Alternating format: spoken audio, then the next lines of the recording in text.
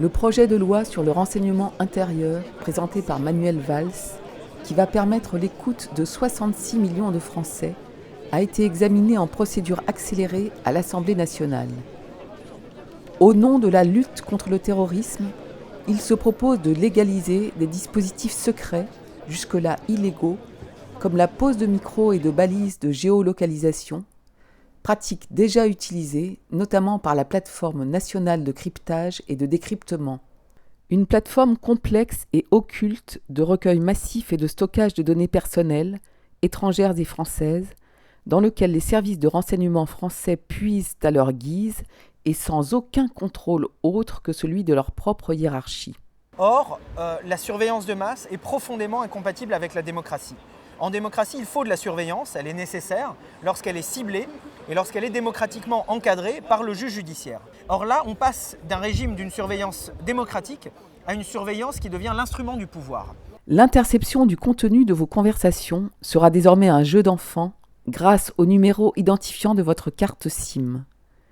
Une technologie espion, l'IMSI Catcher, peut lire vos SMS, en envoyer à votre place ou bloquer tout appel entrant.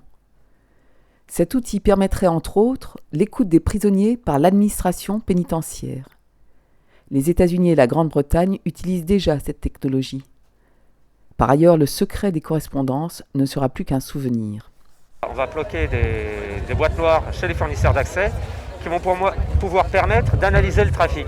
Exactement, par exemple, comme ce qui s'est passé en Tunisie, en Libye, en Égypte, ce qui se passe aussi actuellement en Syrie, par exemple, ou en Chine, où on va analyser l'intégralité du trafic Internet passant en récupérant toutes les métadonnées qui contiennent l'expéditeur, le destinataire, mais aussi le contexte dans lequel le message aura été envoyé, éventuellement le message écrit, les URL des vidéos, les adresses par exemple des photos hébergées, ce qui sera consulté par la personne, sa géolocalisation et la géolocalisation de la personne qui recevra les messages.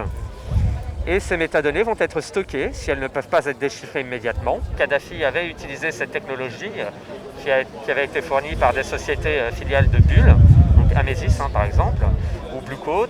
Il y a d'autres sociétés qui font ça, bien sûr, il y a Cosmos. L'arsenal juridique qui autorisait ou non une écoute est écarté au profit du Premier ministre seul à décider.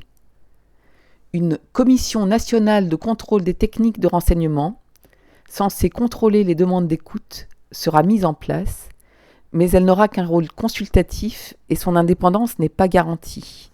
Avec les renseignements généraux, vous aviez un maillage très très important sur le territoire national, qui n'existe plus aujourd'hui.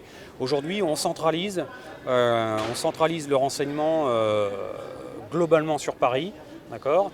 Et c'est pour ça qu'aujourd'hui, on est obligé d'aller vers une surveillance de masse, parce qu'on s'est coupé des enquêteurs de terrain. Pour ceux qui arriveraient à découvrir qu'ils sont sous surveillance, les recours prévus sont fortement limités. Un citoyen qui voudrait se retourner contre l'État parce qu'il pense qu'il est surveillé va devoir passer à toutes les étapes la question du secret défense. Autant dire que les soi-disant garde-fous qui sont présentés par M. Cazeneuve ou M. Urvoas ne sont que des parodies de garde-fous. De plus, aucun organisme indépendant de contrôle des services spéciaux n'est envisagé. C'est donc une carte blanche donnée aux services de renseignement pour piétiner le respect de la vie privée.